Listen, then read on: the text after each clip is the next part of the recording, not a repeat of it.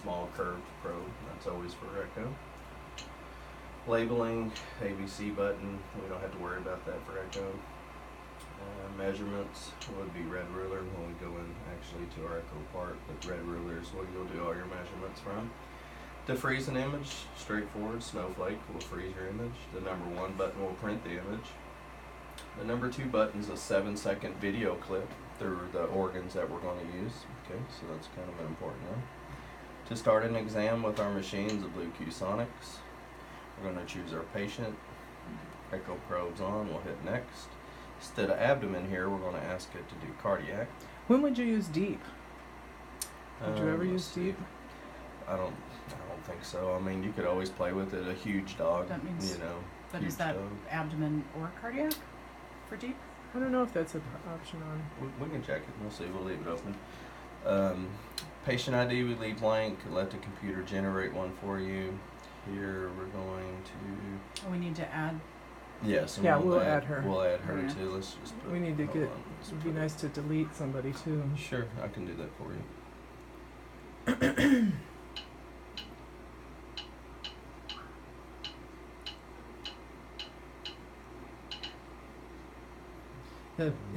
His name is Monkey. Monkey.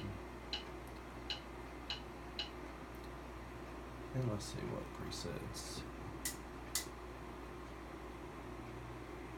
Is this deep Yeah, it's abdomen. depth? It's abdomen. Yeah. So for that, we'll just go back here and we're just going to tell it cardiac. You probably could scan it deep in cardiac too as well. We've actually done echo with that M73 here. We had New Finland or something like that. I don't know. We had to use that big one, so you actually can get away with it. Yeah, if you sometimes our have to. cardiologist does like a Great Dane standing. Yeah, that too. Okay, so if you notice, that puts us in our cardiac presets. They're pretty decent, and then we'll talk about what adjustments we'll make. I always tell everybody 6 megahertz is always a good number to scan in.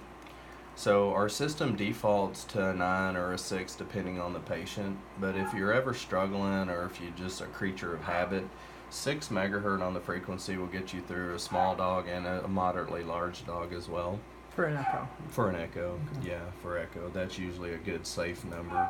I know like our smaller animals and our presets will go to 9 megahertz, but again, if it's just not quite enough, 6 is always a good safe number. You could said for always- smaller ones? Yes, for small to moderately moderate. large, it can get you through any of those No, I mean the exams. 9 megahertz. Just so you guys know. I am Yeah, making the 9 difference. megahertz, the dogs. smaller dogs, small cats, you can get away with that higher frequency, and the images are, you know, a little bit better. But the only thing the 6 does, it gives you more penetration, the hair bit more dynamic range or grainy. But 6 is definitely a good number you could always work with.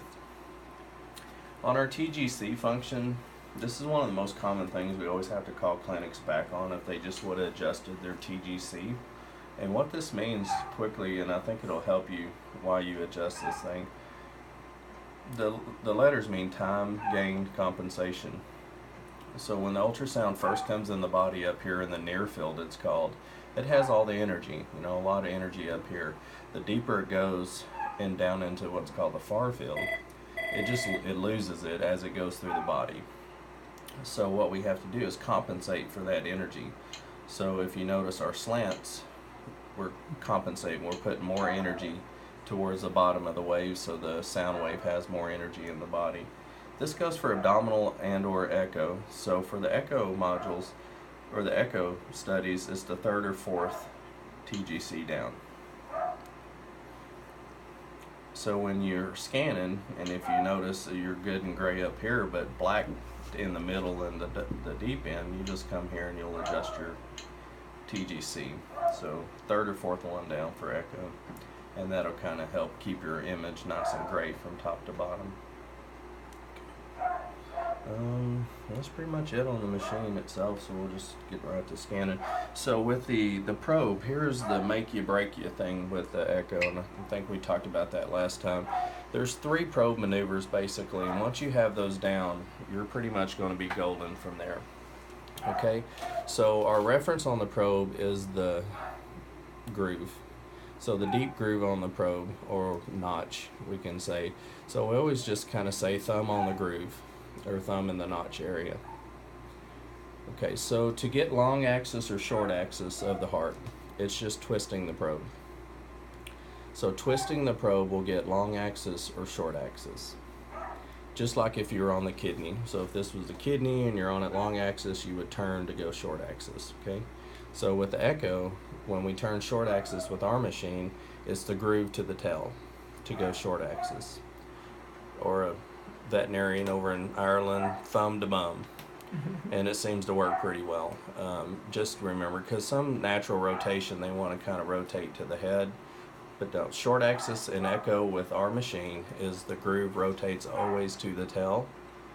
Okay? So they look at this, the dog as a clock, with the head being 12 o'clock, the tail is 6.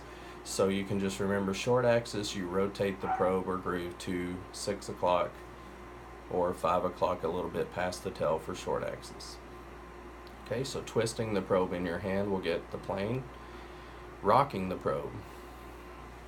This rocking mechanism. So rocking dorsal or rocking back ventral. And what that does centers your heart. Okay, so if the heart's cut off one way on one side of the screen, you may have to just rock your probe down dorsal towards the spine, and it will shift the heart a little bit one way onto the screen. Or you may have to rock back towards you or ventral to bring the heart back to the other side of the screen. Okay, so rocking the probe will get your heart centered in the screen. Tilting the probe, caudal or cranial. Tilting the probe, caudal or cranial, will bring in the valve depending on what we're looking at. So you tilt back caudal to bring in the mitral valve, and then you tilt a little cranial to bring in the LVOT, or left ventricular outflow tract. Okay, so just tilting the probe, cranial or caudal, will bring in your valve depending on what you're looking at. Okay, twisting the probe brings the plane, either long or short axis. Rocking the probe, ventral dorsal, centers the heart. Tilting the probe, caudal or cranial, will bring in the valve depending on what we're looking at. Once you have those probe maneuvers down, you're golden from there, because your wrist will start burning in those little memories of where it needs to go. Your carpal tunnel will start to Your kick in. carpal tunnel will start to kick The in. way your hand's going to move.